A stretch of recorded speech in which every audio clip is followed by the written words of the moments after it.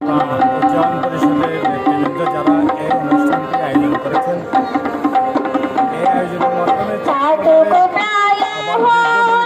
মাঝে বিজয় মেলাটাকে